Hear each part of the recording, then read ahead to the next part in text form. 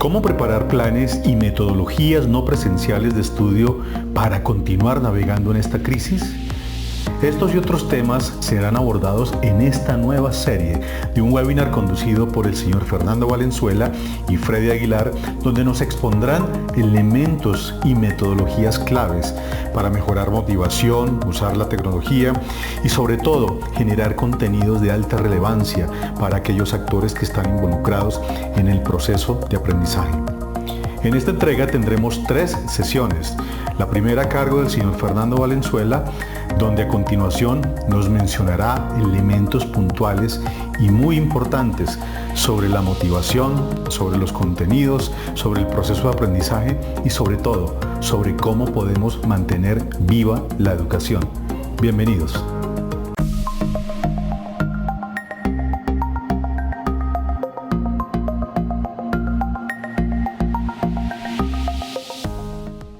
Discovery Education, junto con Corporate Education Solutions, EDT Partners, les dan la bienvenida. Para quienes están en Zoom y para las personas que están conectadas por YouTube Live, sean ustedes bienvenidos.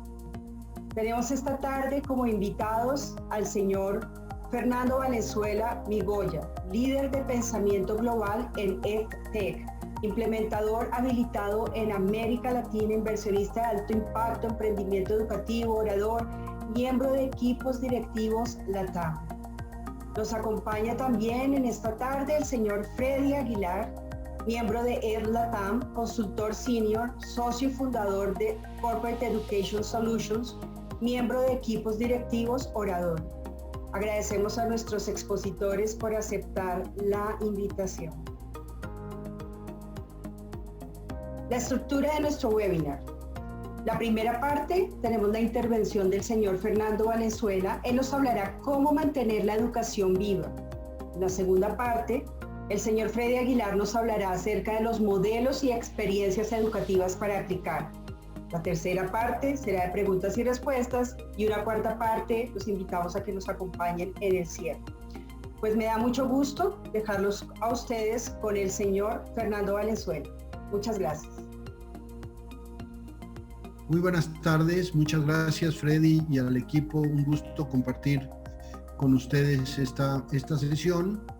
Y yo preparé una reflexión acerca de lo que está pasando con una mirada muy de América Latina, así que aquí los invito a integrarse a la conversación también por medio de Twitter. Les proponemos este hashtag y anoten por favor las direcciones para que la conversación no termine solamente aquí y podamos mantener este diálogo y esta reflexión a lo largo de las redes sociales. Creo que este es un tema que ha sido fundamental, así que voy a empezar la reflexión agradeciendo evidentemente porque Discovery Education se ha convertido en uno de los pilares de la transformación digital en América Latina. Yo he tenido la fortuna de colaborar con Discovery por los últimos 2 años, trabajando en Chile, en Brasil, en México y ciertamente en Colombia, y estamos muy orgullosos también de la sociedad que hemos construido con el grupo de CESAS, porque creo que este es el tipo de transformaciones que Latinoamérica necesitan hoy para la educación. Así que bajo esta perspectiva, yo voy a empezar por los puntos que ya nos dolían, y esta es una mirada latinoamericana. Empiezo reflexionando en las escuelas. Tenemos 2 tablas, una es los estudiantes y otra son las escuelas. Toda América Latina. El número de estudiantes que en las pruebas estandarizadas de la OCDE, de PISA, sale con un desempeño pobre en general, y esto recuerden que son exámenes estandarizados para todo el mundo, todos los miembros de la OCDE, pues resulta que el 76% de los estudiantes en América Latina tienen un desempeño pobre. Un desempeño promedio, que son el siguiente 15%, y los que están en bueno, muy bueno y excelente son solamente 8% de estudiantes y 12% de las escuelas en toda América Latina. Esto era antes de la pandemia. Ahora con la pandemia lo que se prevé es un impacto brutal en la calidad de nuestra educación y esta es una primera reflexión que obliga a repensar y a cambiar los paradigmas. La segunda reflexión, también con datos de toda América Latina, es la cantidad de gente que se pierde en la educación. Normalmente en la educación básica tenemos muy cerca, en casi toda América Latina, del 100% de los niños y las niñas estudiando, pero en cada transición perdemos y perdemos y perdemos estudiantes que van siendo expulsados del sistema o van abandonando el sistema. Y aquí vemos la diferencia de equidad que ocurre en toda América Latina. Vemos que los quintiles más ricos pues solamente pierden un porcentaje que llega a ser más o menos el 10 o el 12%, pero los más pobres se quedan abajo del 40%. Eso quiere decir que perdemos el 60%. Estos dos elementos a raíz de la pandemia se van a ser mucho más acelerados, mucho más graves. Entonces, estos eran problemas y estos datos que les estoy mostrando son previos a marzo de este año y lo que se espera alrededor del mundo es un impacto terrible en la calidad y en el abandono, en la retención y sobre todo cuando miramos la inequidad. Entonces, esto lo que tenemos que hacer es repensar. Y busqué esta frase que está en inglés, pero que me gusta muchísimo, que es: cuando nosotros imaginamos un futuro, tenemos que pensar en las cosas que no queremos perder antes de pensar en las cosas que queremos construir. Y para mí este efecto del replanteamiento y el rompimiento de paradigmas pasa por entender que no podemos volver a una educación que genere esta baja calidad, que genere este grado de deserción, de expulsión. Entonces, este es el momento para generar un planteamiento totalmente distinto y un paradigma mucho más efectivo en la educación de América Latina. Así que se nos abre el mundo, se nos abren muchísimas posibilidades y tenemos que tomar esta terrible pandemia, este impacto que ha tenido en toda la humanidad como un momento de reinvención, de repensarnos.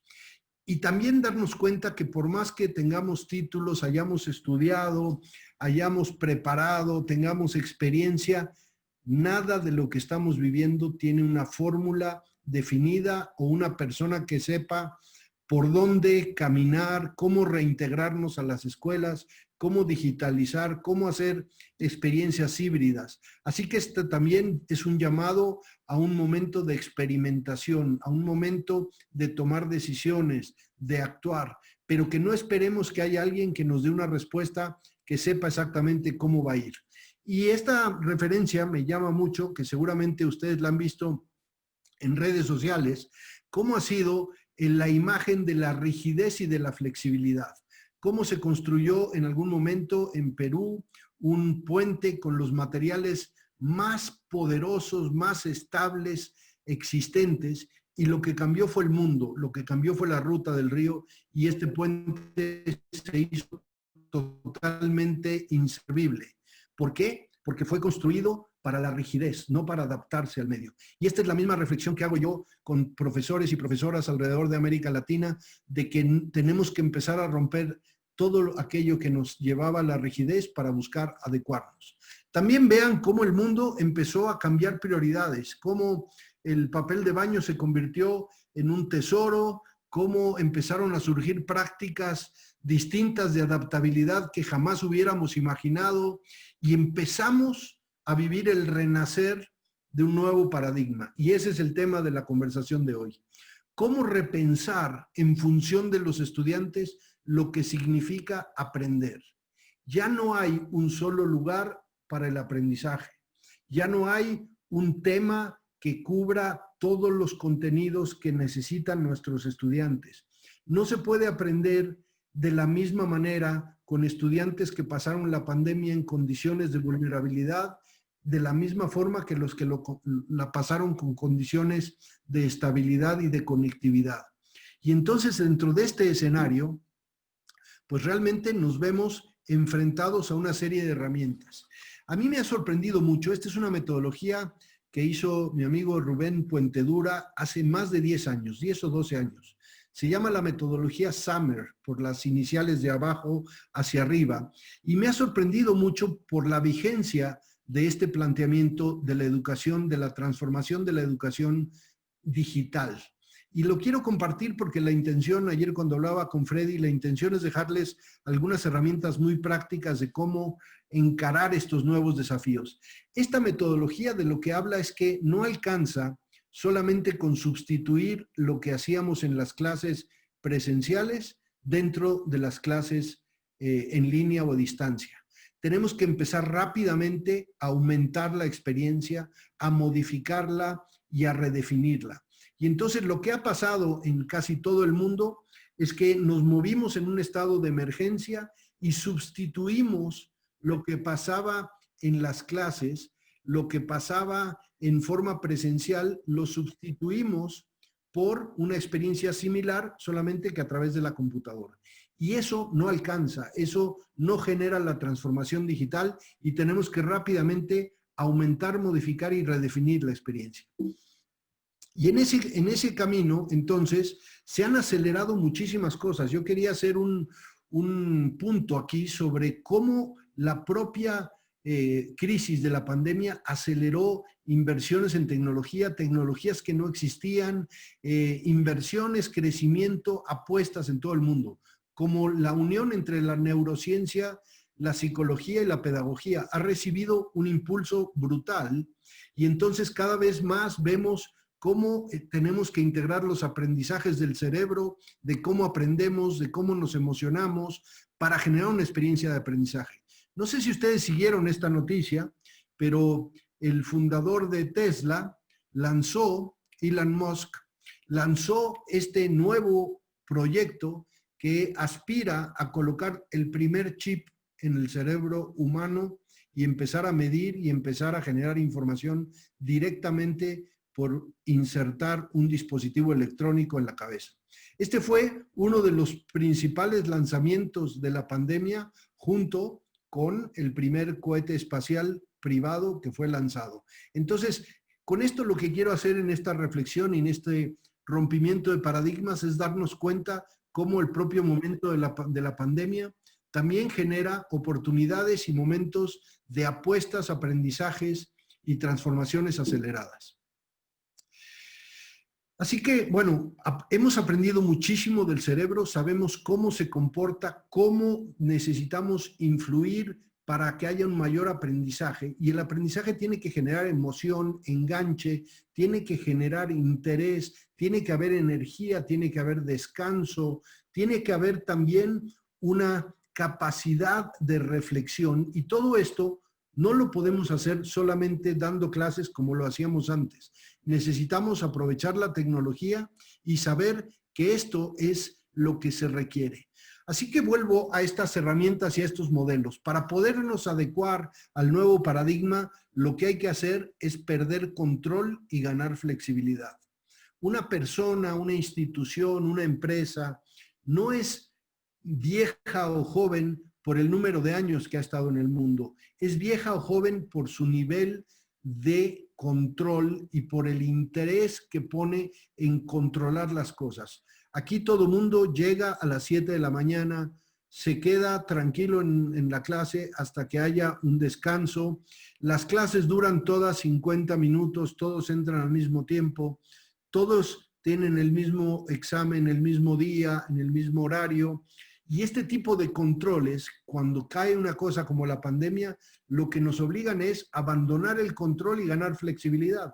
Ya no importa en qué momento aprendes, ya no importa cuándo te hago el examen. Lo que importa es que efectivamente haya un aprendizaje. Y entonces lo que nos ha pasado es abandonamos el control por un sentido de sobrevivencia, porque no nos quedaba alternativa, ganamos flexibilidad y no podemos volver con el mismo paradigma de control. Tenemos que mantener el suficiente grado de flexibilidad para ser óptimos. Y aquí les traigo el ejemplo de este grandísimo profesor Walter Levin, que ha generado, empezando por su clase de física, él batallaba mucho para ganar la atención en una pizarra, hablando de espalda con sus estudiantes, y entonces se dio cuenta que no estaba generando el aprendizaje de lo que esperaban generar. Y entonces decidió convertir su clase en un experimento en vivo. Lo que decidió fue probar que la física y las fórmulas tenían una aplicación en la vida real y que eran emocionantes. Y lo que hizo fue, enfrente de todos sus alumnos, tiró un péndulo, calculó la fórmula, de manera que ese péndulo iba a quedar solamente a 2 milímetros de su cara al regresar. Y efectivamente, cuando él dio esta clase y vio ese péndulo con toda la emoción, lo que ocurrió es que efectivamente las fórmulas matemáticas funcionan, la ciencia emociona, la ciencia tiene aplicación y los estudiantes quedaron enganchados con la física como nunca antes. Este es el tipo de principios a los que me refiero cuando hay que repensar la forma de volver a las clases, la forma de enseñar de aquí en adelante. Y aquí les doy otra herramienta que me parece muy necesaria, que es el mapa de las emociones.